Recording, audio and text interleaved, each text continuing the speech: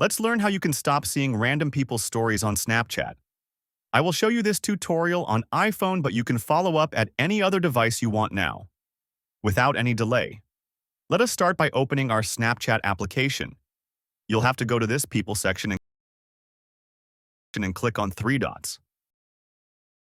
Now you will see these three options. As you can see, your last option is Unhide Friend Story. Suggest now, I already hide it, but I had it. And as you can see, people instantly appeared if we repeat the process again.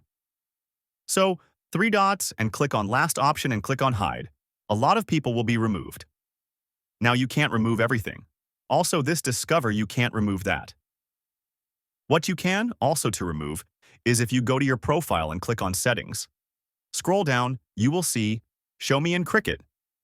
This will disable, this will prevent people to see you in quick add options.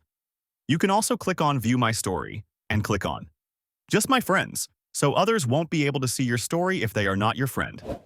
So that's it. Make sure to like and subscribe to my channel. Until next time, see you soon.